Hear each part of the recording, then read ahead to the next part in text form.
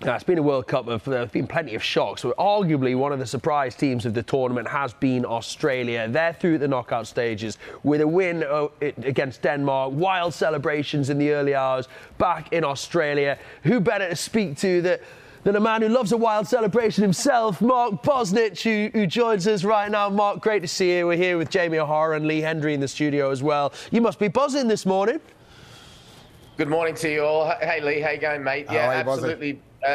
Absolutely buzzing. No one expected it. I think that's really sort of, you could say, something that when you don't expect something to happen and it occurs in such underdogs, it makes the celebration all the sweeter. And they really have done a fantastic job. It's a minor miracle that they're there in the first place. They were the second last team to qualify. They lost their way during the qualification. They had to go through playing the other third place team in the other Asian group.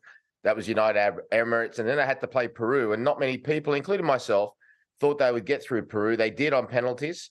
And then after that opening defeat against France, the mental resilience that they've shown and the esprit de corps has been absolutely fantastic. And you have to say, you have to give a lot of credit to the manager, Graham Arnold, because he's got a team that on paper, you would struggle to, if you had to have a combined team, say with them and Denmark, you struggle to include one Aussie, but the game's not played on paper, it's played on grass, and they were fantastic.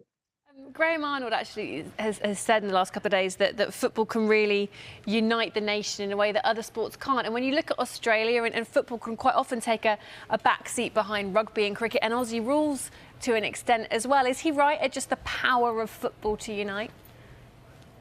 Yeah, he is right in terms of, Australia is a very multicultural place. I think it's the latest consensus, it was 49% of Australians are either born outside of Australia or have parents or grandparents who are the same.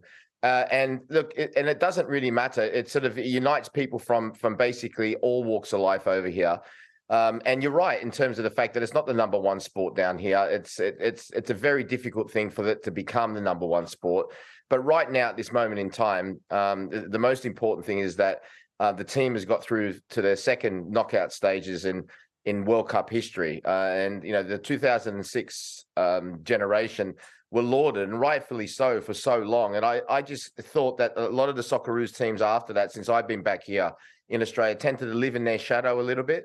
Well, last night they emerged from that shadow. And like I said to you, massive kudos to them, the coaching staff, because it was a tough qualifying campaign, but they've come through it. Mark, comparing this team to the one that reached the knockout stages in 2006, that featured plenty of big-name players in there. There were, Kuhl, Viduka, Cahill and others.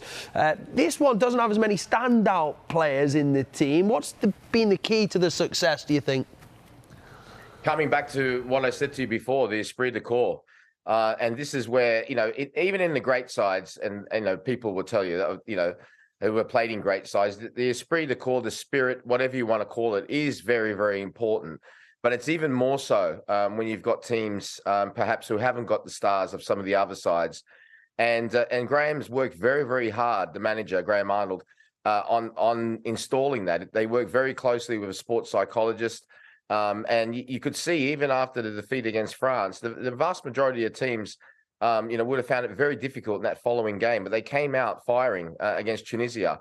And that was the key. And I think deep down, they all pretty much knew, and understandably so. I thought the same.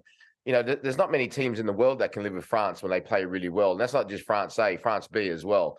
So I think deep down, they kind of knew that would be very difficult. But as long as they didn't get beat by too many, it was on the borderline.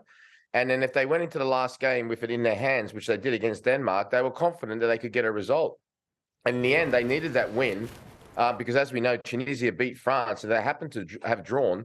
Tunisia would have went through. So that is the most important thing. Their fitness is obviously fantastic because a lot of players in that, even in the starting 11, but a lot of players in that squad haven't been playing regular football at their clubs. So that was always going to be important. So a couple of those two things together, a little bit of luck as well along the way, which you always get if you work very, very hard. And there you have it. That's how they've got there. Now they've got Argentina in the next round, which will be a great moment for the country. And we'll go into it as underdogs, but as everybody will tell you, being underdogs, especially in football, can be a dangerous thing for your opponents. Absolutely nothing to lose, is there? We've got to ask. We saw those brilliant pictures of the celebrations in Melbourne last night. Worth pointing out that when that game ended, it was 3 o'clock in the morning in Australia. You're Perfect. part of 4 o'clock. You're part of the broadcast team working on it. So working through the night. How are you finding it? Is seeing the Socceroos succeeding keeping you going through the middle of the night? Yeah, well, just like you guys have alluded to, I'm okay with staying up. I've got no problem. It's getting up in the morning, which is more difficult for me. But right at the start of the tournament, somebody told me just to get onto Doha time, get onto Qatar time. So I've done that. So it's after the first couple of days, it's been okay. But the games now over here, like you mentioned, especially from the last games in the third, the match day 3, all throughout now, the knockout stages will be at 2 a.m. here and 6 a.m. So it's been difficult for everybody, but the rest of the states of Australia have seen the scenes at Federation Square in Melbourne, like you mentioned, and how fantastic they were. So for Sunday morning, it will be 6 o'clock in the morning here when Australia play Argentina. Pretty much every state has come on board, and they're going to open up these sites all over the country, which is really, really great news. Early night for Mark, that. Yeah. Well, Mark, look, enjoy the remainder of the tournament. Hopefully Australia can spring a few more surprises, and we look forward to speaking to you again soon, mate. Thank you so much. Take care.